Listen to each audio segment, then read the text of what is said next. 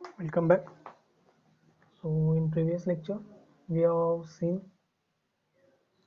the basic methods for the analysis of surfaces, okay, and what are the basic criteria which we will be focusing on in order to have various techniques, okay, that also we have seen in previous lecture.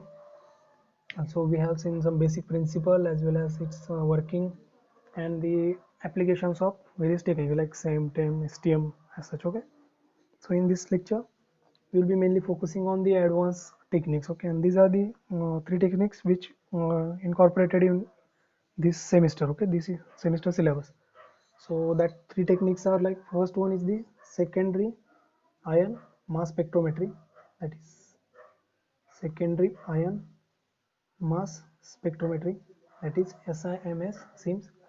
Then next one is the particle induced particle induced X-ray emission spectroscopy, X-ray emission spectroscopy, so okay, PIXES.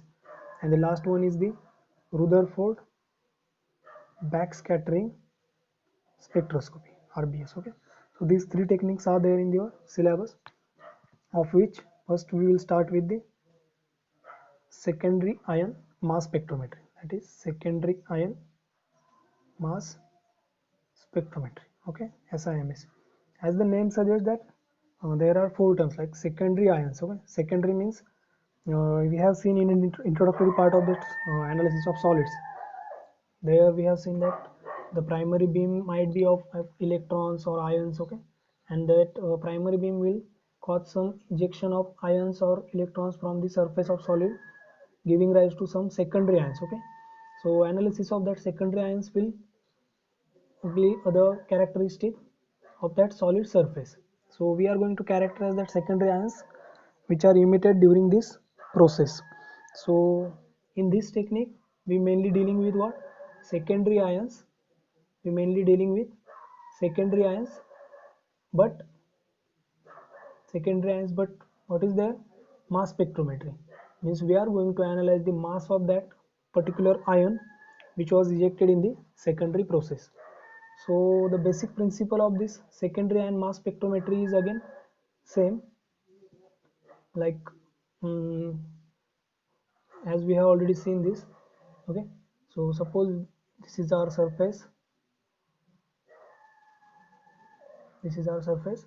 so once we have incident some primary beam of ions, okay, in this secondary ion techniques we are going to incident the primary beam of ions only, okay, primary beams of ions only, not of electrons.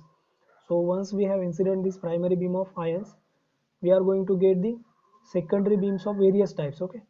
So it might be secondary beam might be of electrons, might be of some radiations, or it might be of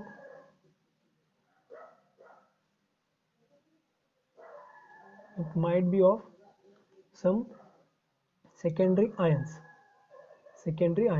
okay, which are in the excited state. So the secondary ion mass spectrometry is the determination of this mass of these secondary ions, okay. We will mainly focusing on the determination of mass of these secondary ions, okay. So the basic principle is, once the primary beam is striking on the surface of solid, it will giving rise to the many secondary ion species, okay. That species might be electron, x-rays, or neutral molecule, positive molecules, or negatively charged secondary ions, okay. So that secondary ions are of only interest in the SIMS technique, okay. Once that primary beam is being incident on the surface, once this primary beam is incident on the surface, it will eject the ions, okay. So main concern is here, our main focus is on what? Here our main focus is on this, okay. So we will mainly focusing on this at secondary ions. So we will be having more interest in that secondary ions. So once the primary ions are strike on the solid surface, it will loses its energy, that is kinetic energy, and it will penetrate into this solid surface. So that primary beam will transfer its energy and penetrate into this solid surface, and once it got penetrated into this solid surface, it will eject the secondary ion. It will eject this secondary ion in the process called as sputtering of ions. Okay, so one new term is there, like one new term is there, sputtering of. So sputtering of ions, I guess we have already seen this. Okay, sputtering. What is the meaning of that sputtering term? So sputtering is nothing but what? Some if we find the actual meaning, then it will be related with like some small explosions. Okay, means suppose this energy in the order of some 10 electron volts or as such. So that will cause only what? Ejection of electrons, ejection of electrons, or some ejection of X-ray photons, or some ejection of secondary ion. So this process is of lower energy, so that will cause only the ejection of this, okay, ions. So that is called as sputtering. So sputtering is nothing but ejection of small particles. Okay, so this transfer of energy will take place in the collisional manner. Once that incident beam is collide with this, it will transfer its energy to the secondary ions. Okay, so the energy transfer is done in the collisional manner. Okay, so this is the how we are going to analyze the secondary surface secondary ions in the this techniques. Okay, so what are the primary beams that can be used? Okay, so which type of primary beams are there being used in the technique of this SIM are also depends upon which type of material or which type of element we are going to analyze for the analysis. Okay, so there might be like we are mainly focusing on determination of, suppose some positively charged ions, means metals or some uh, less electropositive elements. Then we need to use some electronegative elements like oxygen, carbon, or sulfur as such. Okay, so that we will see later on. So depending upon the type of material that we are going to analyze, there are the types of sources. So we need to decide the sources based upon the elemental analysis that we are going to determine. Okay, so another one thing is that once that incident beam is collide on the surface, the sputtering of that ions will be takes place on the monolaric form of the solid surface. Means the energy of this incident beam is only in the range of in the range that will only allow the collision with surface layers. Okay, so it will not allow the that ions from the inner core shells to get ejected. Okay, so only surface ions are ejected, and we have mainly focus on the surface characterization. Okay, so this technique is mainly for the surface characterization. So the ions which are related with the, so the energy of ions should be in the range of ionization potential of this cation. Okay, so why is this so? Because suppose if we have the ions, that incident ion or primary beam, rather primary beam having less energy, so it won't eject this type of secondary phenomena like electron, X-rays, or these secondary ions. So it must be having some sufficient potential so that it can like remove this electron in order to form the first electron and positive ion. So once that positive ion and electron form, then only we are going to get the cation. And next is the determination of this mass of this cation will form the principle of SIM technique. Okay, so um, the secondary ion yield will depends upon the ionization potential of this cation, or in terms of negative ions, if negative types of secondary ions are going to form, then we will be considering its electron affinity. Okay, so what are the various primary sources? Like we can use the, okay, so what are the various primary sources? So primary sources might be inert gases like argon or xenon.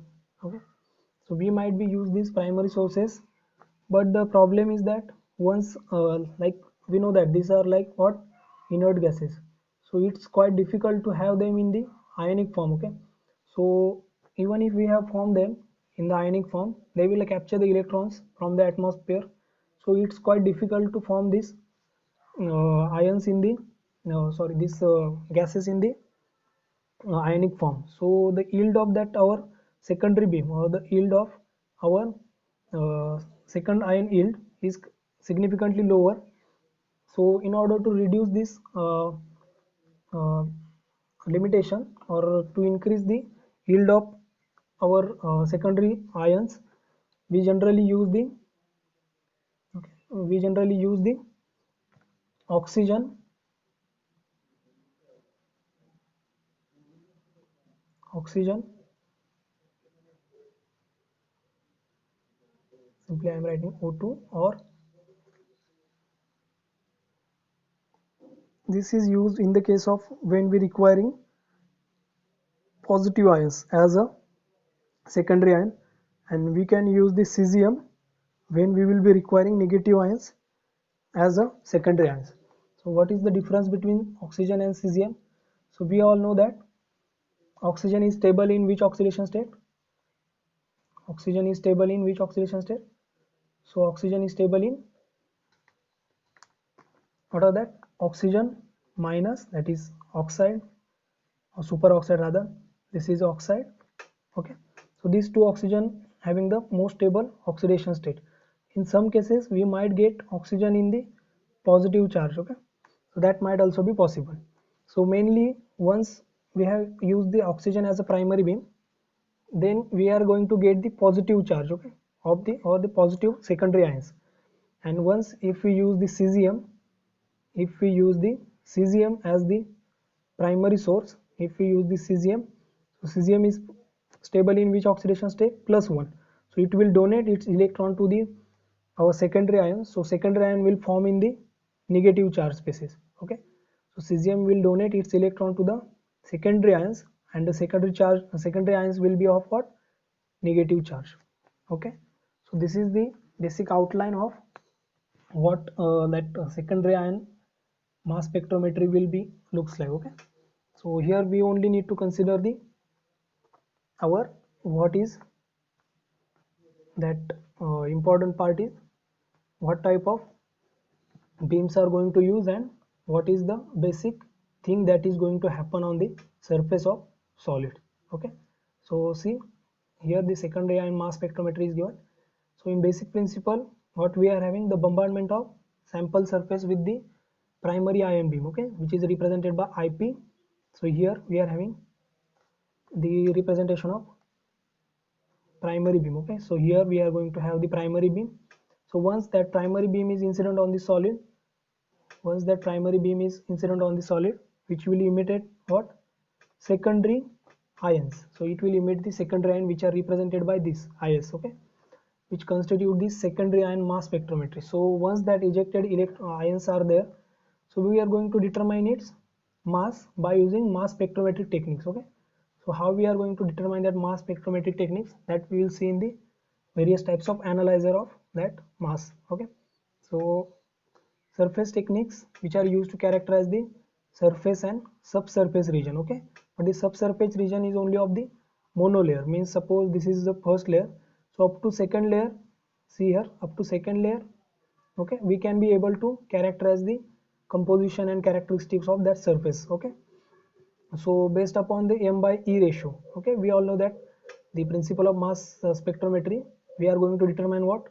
M by z ratio. Okay, we are going to determine the m by z ratio, or m by e ratio, okay, rather specific. Okay, so that whole technique will be like, as we know that the analytical techniques are mainly divided into what? First we need to understand the basic principle of that technique. Okay, next part is the instrumentation. What is the instrumentation of that technique? Next is what type of sample can be used, or where that sample can be placed. So sample chamber is important. Then next one is the mass analyzers or the detectors. Okay, so detectors. And last one is the that output system, means what type of output that we are going to get.